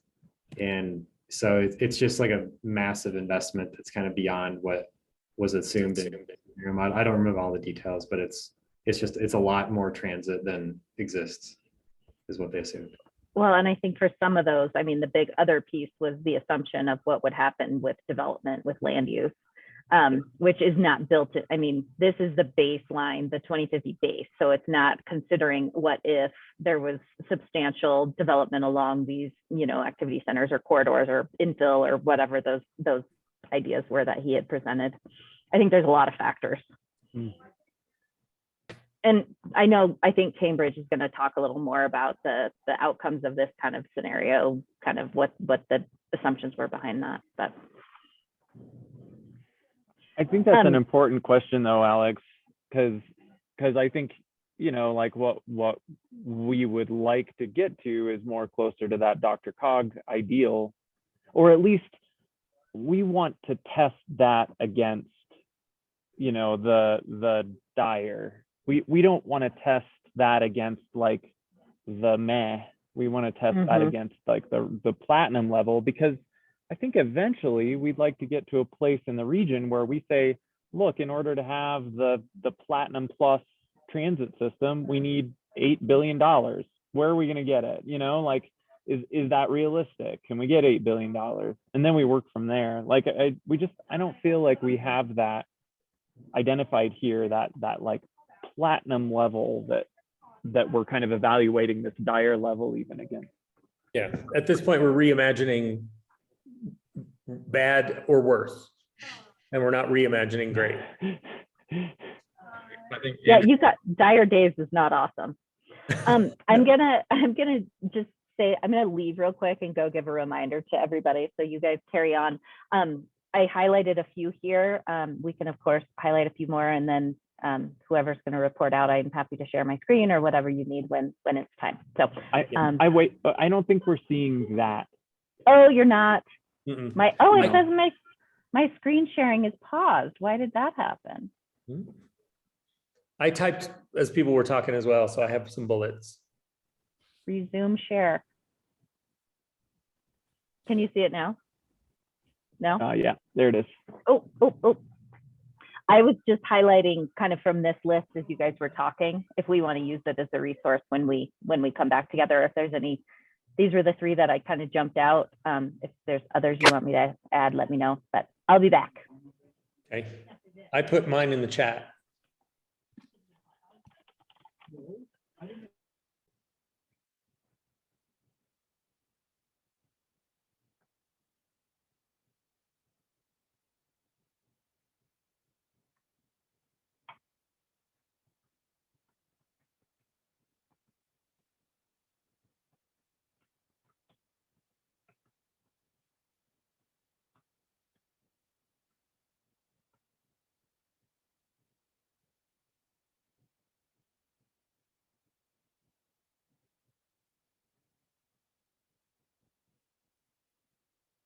RTDs, and that shift of funding is not just going to go directly to RTD, but it's supposed to create a large new amount of money for transit and multimodal. And so wondering how that's going to be accounted for. Yeah, I have the same view of what that regulation could mean. That if you start to score, greenfield interchanges on the edge, they're gonna really fail that test. And so I don't know if CDOT's prepared to say, sorry, you don't get that interchange, even though it's on the regional plan. We're not funding it. Instead, we're gonna transfer this money to transit providers, and there's part of your 8 billion. It ain't 8 billion, but it's not nothing. We'll see. It's a great question. Yeah, it would be interesting to see if RTD could work with Dr. Cog to hold some of these suburban communities accountable to those land use promises. Dr. Cog identified that they had some aggressive land use zoning that would get them to a preferred scenario. Can there be some sort of, well, if you provide that land use, or you get. So Holly, my comments on the fast tracks component, though, I do think, if we could afford to build things out, I would love to see that happen, but I'm still not so sure that the alignment that was brought forth 20 years ago is still the right alignment.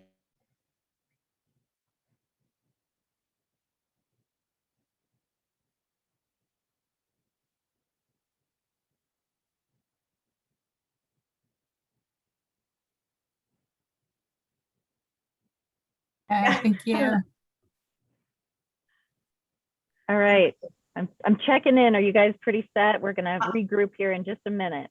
We are ready to go. We got some good ideas. All right. Team 3.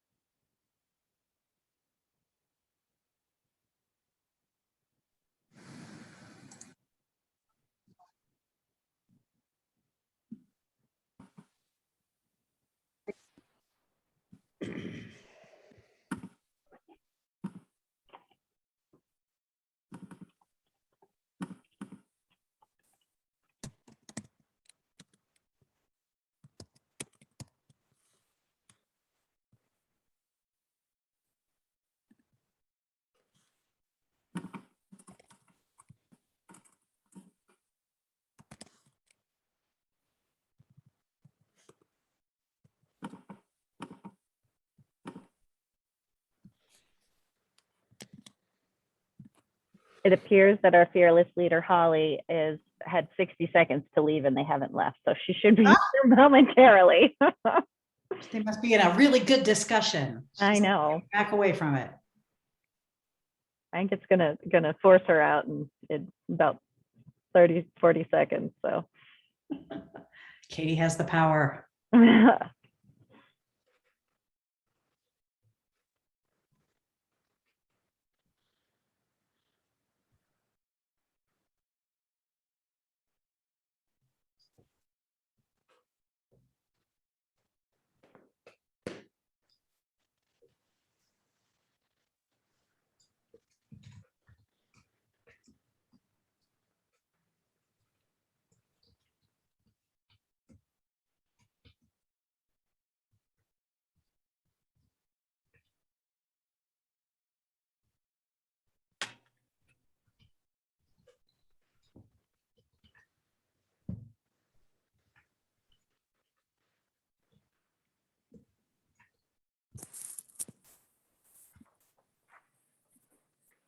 I agree, Deborah. It cut you off right in the middle of your sentence. Well, you, Holly, your group was the only one that didn't come back immediately when the no warning came. So we're all ready for you, group number 1. We were in it. So hopefully everybody had an opportunity to have some good conversation and some dialogue about the trade-offs and the back and forth that occurs with the scenarios. We are, as always, short on time, so I think we should start the report outs. Julie, do you want to take us through that? Absolutely. Jean is going to handle it for our group. So Jean, if you want to jump in. You bet. Thanks, Julie. So we had scenario 3, which is called exploring efficiencies. It's kind of a bummer scenario. RTD is in a similar boat as it is today in 2050. It has very limited resources and high demand. So there's lower support for equity communities, transit mode share drops from the baseline, boardings decrease, and passenger miles traveled only increase slightly. So it's not a good news story, but we did have a good conversation about how to prioritize those issues and address some of those shortcomings. So first would be, I think there's a general consensus that RTD should focus on what it does well, like rail, the high capacity bus routes, BRT, on those high trunk lines, and then partner with others for other types of service, that would feed those lines. And there was also mentioned that as RTD develops their high capacity corridors, they may not all need to go downtown, right? Because the market's changing, commuting patterns are changing, but it could be between employment destinations.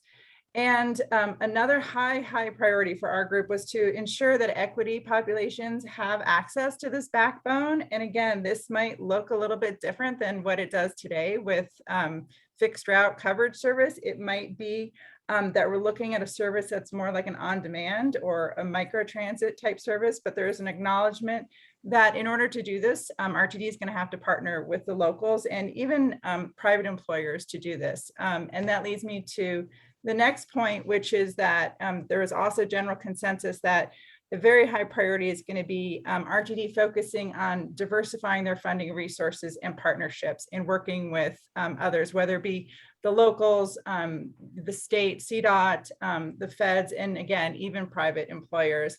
And then last but not least, it was made mention that if RTD has any chance of increasing funding in the future, and we're looking pretty far out, they have to finish fast tracks. And that was not said by me. I will have no. Thanks. Incredibly concise message. Thank you, Jean. Let's see, David, do you want to go next? Sure. Okay, so we were the Hopeful Horizons group. More short trips, less commuting to work than pre-pandemic. So we said people are probably commuting to work 4 to 4.5 days a week pre-pandemic, and they're only commuting to the office 2 to 3 days a week.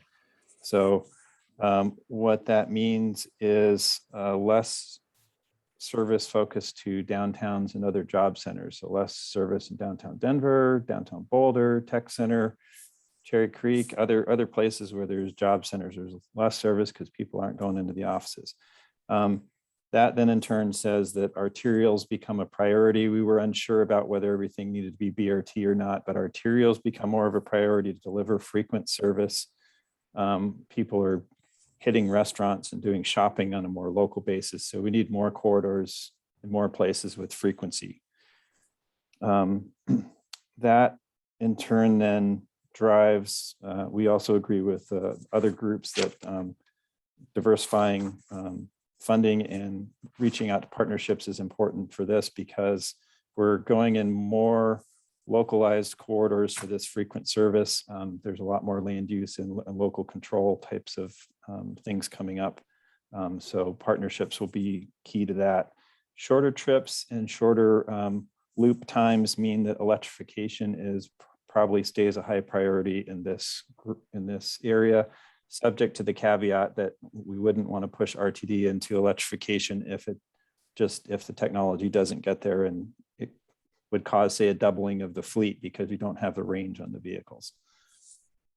And finally, on the fast track subject, because of the sort of decentralization of trips, we said stick with the DRCOG peak service on the Northwest Rail Line and slowly finish the other corridors. That was great. Thank you, David. Let's see, Amy, I think has your group gone? No, that was me, Holly. So we were the favorable future, which is interesting to start to see these trends and alignments, regardless of, kind of where the futures go. So you'll hear some similar priorities. So we definitely wanted to focus. So this is a future where we have strong population, a lot of ridership, and the funding is plentiful. So we had a good opportunity to discuss it. I love this one. I want to be in that group. Yeah, it was pretty simple. So we said focusing on a high capacity regional backbone service for RTD, really focusing on what RTD does best, high frequency, high reliability, and moving people very efficiently on the strong backbone. A lot of great discussion around a need to focus on employer-based commuter patterns. So we know that could change into our future, making sure we understand what we're trying to connect to, and that people that are really reliant on transit are focused on from that equity lens. Also providing that service outside of our normal business, our normal service hours. So the individuals that are working through the evening or different times of the day, that there's always service being provided there. Also leaning on the locals to focus, even though funding is plentiful, right? We want RTD to be able to focus on what they do best and do it really well. So locals need to come to the table with that partnership, offering those shorter term trips, whether that be ped bike or micro transit, to really, drive ridership to the backbone. Also, we talked through that. So that was the second priority. The third priority was providing low capacity, short local service. So, maybe there is some space for RTD to look into how we partner on that and what that might look like at a regional level. But that was talked about. It's just, I think, the really importance need, and it could, I think, good discussion around, solving some of the CDL issues that exist today. If money was plentiful, we'd want to invest in autonomous vehicles and really looking at our future of how, again, we move more people more efficiently.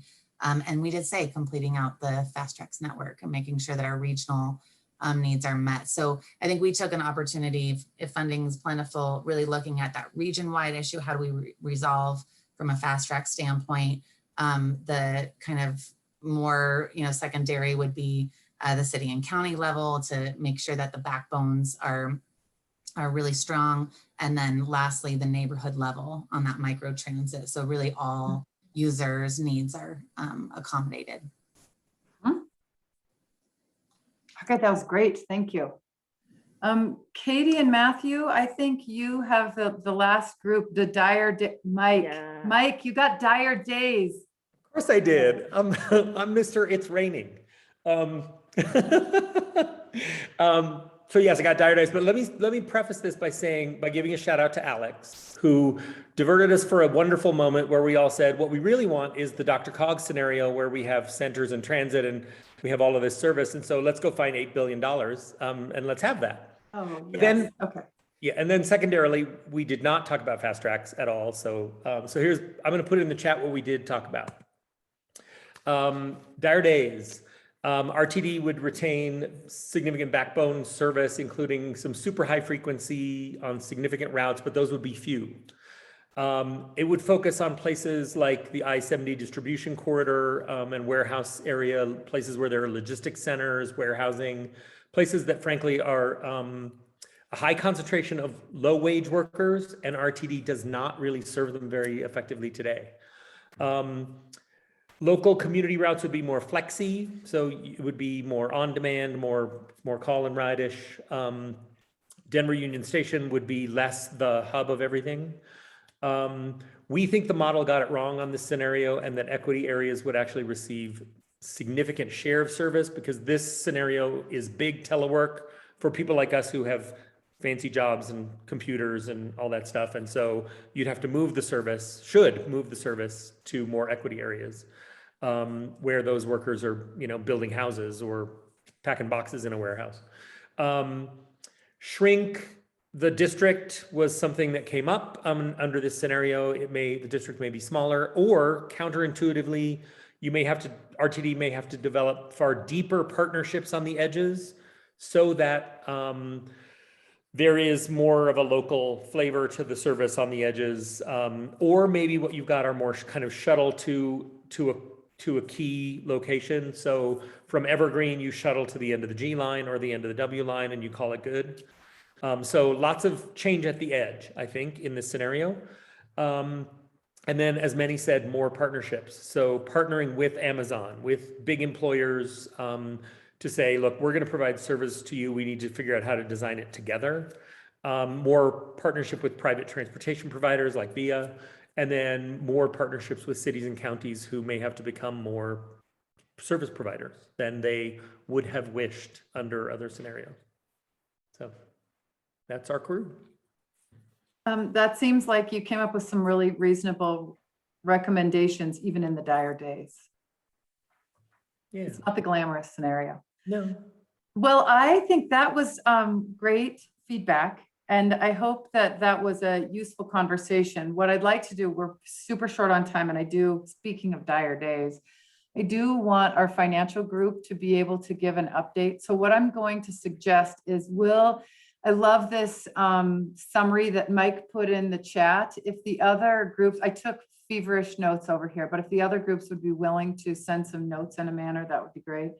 And David, I have some from you, but your summary was so much better than my notes. I would love to have that. And then next time we'll come back and we can talk kind of more specifically about recommendations within those over the next couple of meetings, how we bring things together that are aligned, given that we don't get to pick a future. The future will come and we have to respond to it and respond to it in a productive manner. So we'll look for those things that have commonality across the scenarios and make sense across the scenarios. And then those that make sense under certain scenarios. If we have money, we have an opportunity to do these other great things, but we will not focus on those if we don't have funds. And then we'll have an opportunity to review those. So with that, I am going to turn it over to Simon. And Simon, we have 14 minutes, but you can only have 10 of that because Julie needs to go over the public engagement. So you're going to have to talk fast. I'm sorry. And we will, I think we'll be quick and efficient. So Matthew, can you pull up the presentation again? Yeah, sorry about that. Yeah, and I'll No tell worries, you thank you. while you do that. So it's important to understand that, there's been a lot of scenario effort, right, for this project, and we just went through. This is really a description. The functional analysis we're providing here is really a reflection of a baseline, right? That is very limited, as you will see, that shows tight funding constraint, that reflects a tight funding constraint under which the agency is at the moment. So Simon, it's a little hard for me to hear you. Can you get closer to the mic? Yes, is this better? Yes, that's better. Okay, sorry. So in a nutshell, we're presenting one baseline picture for the 30-year horizon, building up on the conversation that Doug led during the last meeting in July. Alyssa is going to go through the detail, like the key assumptions, and I'll wrap up with some findings. So Alyssa, if you want to go ahead and we can go to the next slide.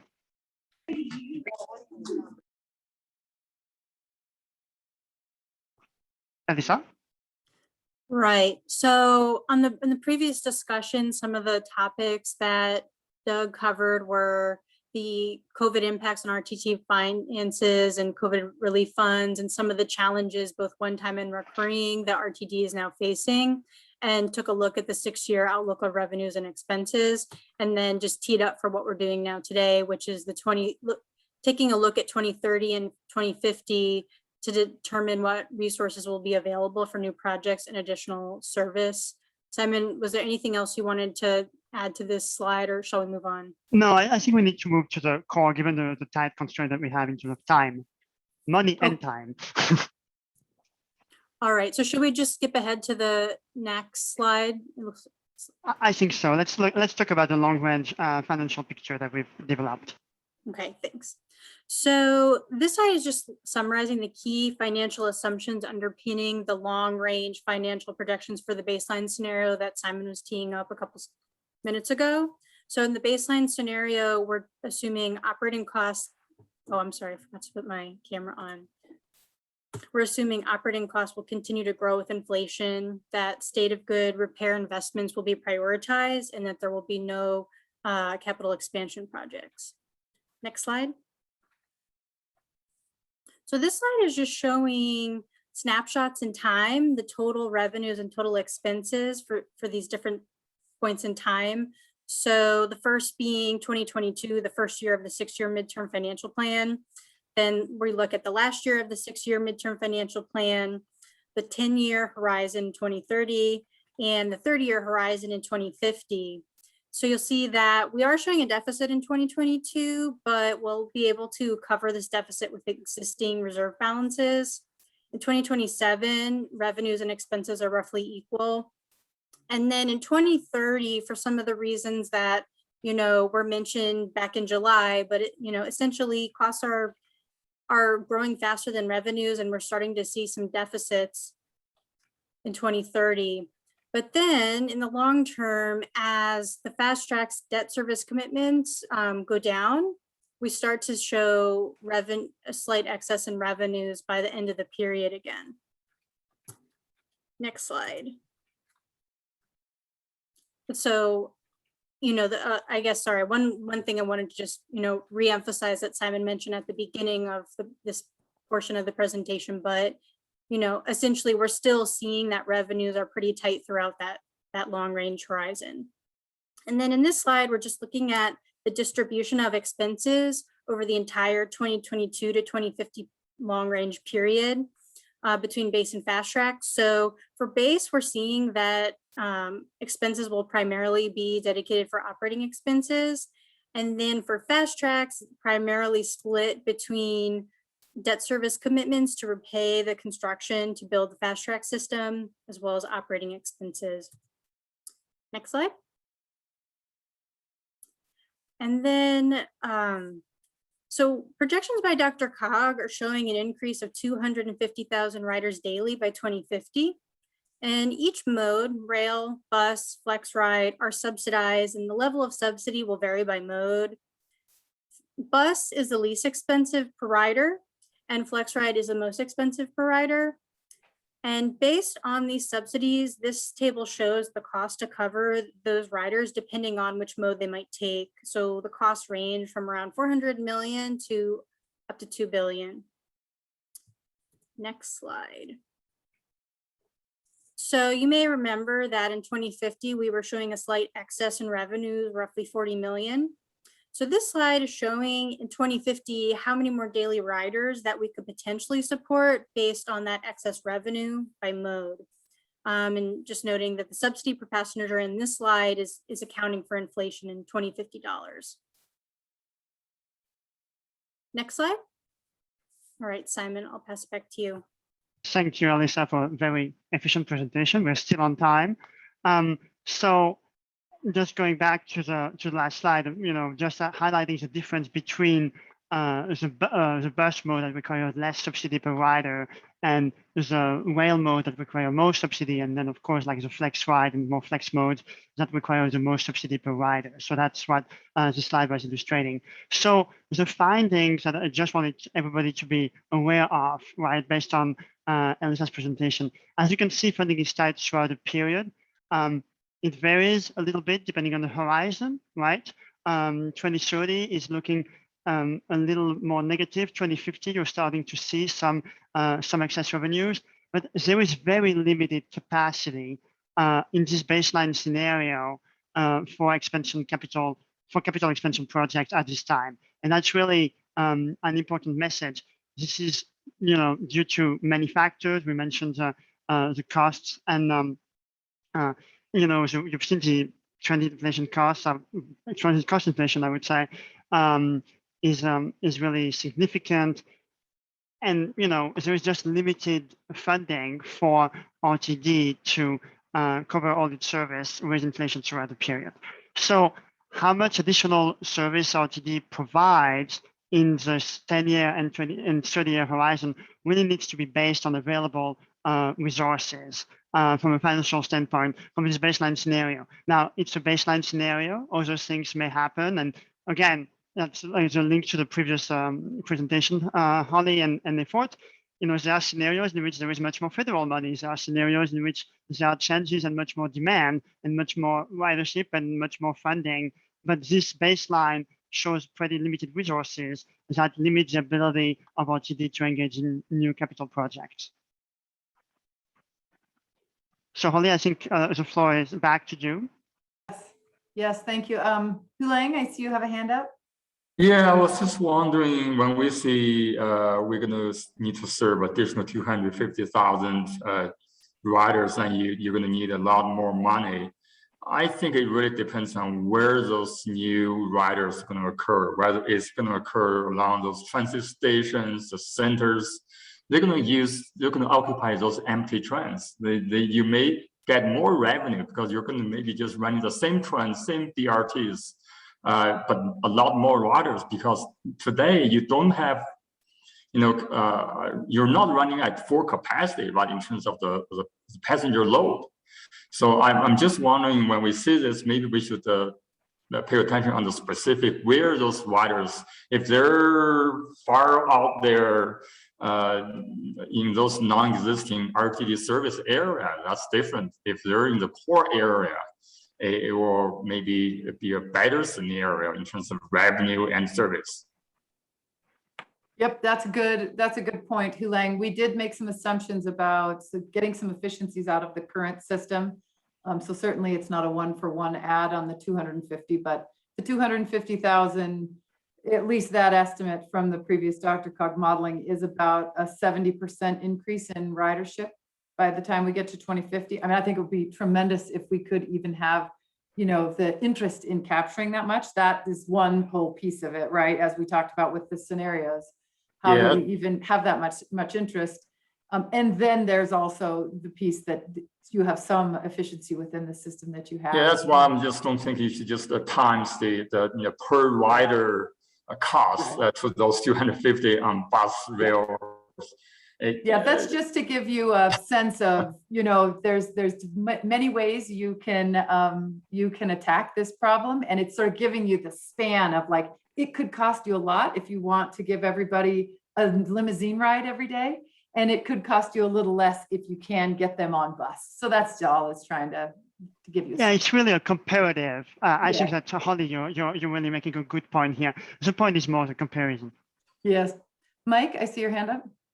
Yeah, just one thing to think about as for financial analysis going forward is, if the greenhouse gas regulation is adopted, giving CDOT real focus on those projects that score positively on greenhouse gas emission reductions, and really moving, if CDOT follows, if that happens, and if CDOT follows that, there could be significant state resources and federal resources flowing through the state that could be moved into transit and away from kind of greenfield or capacity projects that are roads. So it's just something to watch. I don't think any of us really know what that future is going to look like.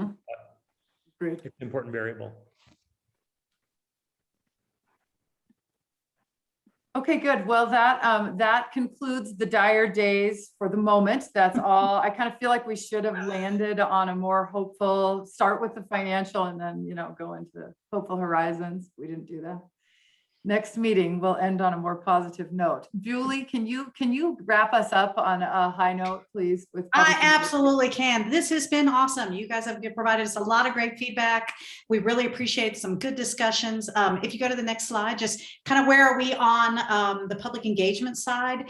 We have been focusing on small group meetings, and we've done, I think, a total of 15 in the last 6 weeks or so. And they've been with, smaller groups, TMOs and TMAs, community advocacy groups, Colorado Center for the Blind, lots of groups representing immigrant rights. So it's the similar groups that we met with last year. And the focus has really been about strategies. We presented the guiding principles. that you guys helped us develop, and really talking about, okay, so when you look at, for example, equity, and it talks about removing barriers, what are the pain points and what are the strategies that we should employ? So we've tracked all that. We've got all of those in kind of a big strategies tracker that we're tying into a feedback from this group and the board and everything else that are really going to help us inform the mobility plan for the future moving forward. And then what you're going to see starting later this year, probably mostly early next year, we're going to do a lot of public outreach around the formal recommendations for both the SOP and the mobility plan for the future. The telephone town halls are happening right now. As a matter of fact, the first one is tonight. There's a series of 15 telephone town halls with RTD Board of Directors that are also going to have some reimagined questions. And then come next year, we're going to do actually the formal public meetings, and we're going to have another large public survey that we're going to put out that we'll be loving your help to get that distributed. So really, we're continue working on the technical work. Early next year, you're going to see a big push of community engagement before we move forward with the final documentation for these efforts. So thank you so much. Matthew, will you take Julie to the last slide, please? And so here we are. We talked about a little bit of this in the SOP section, but we're looking at finalizing the SOP recommendations early 2022. Again, after we do kind of a big blowout outreach for get the public feedback on that as well. Stay tuned. We are going to be rescheduling the rebuilding service working group. And as Holly mentioned, we really want to get the local planning working groups together as soon as possible, early November, ideally. And then we'll look forward to seeing you guys again in November, on November 10th. I will be sending an updated appointment for the November meetings. So be on the lookout. I'm going to cancel the one because it has gotten totally squirrely. And I'm going to give you a new meeting appointment for November that hopefully is less dicey when you try and link in. All right. Thank you all so much for your time and your feedback. It was very helpful, and we'll bring some of this, assemble it all and bring it back to our next meeting. All right. Thanks, Thank team. you so much, everybody. We appreciate it. Thanks. Thank you, everyone. Thanks. Bye.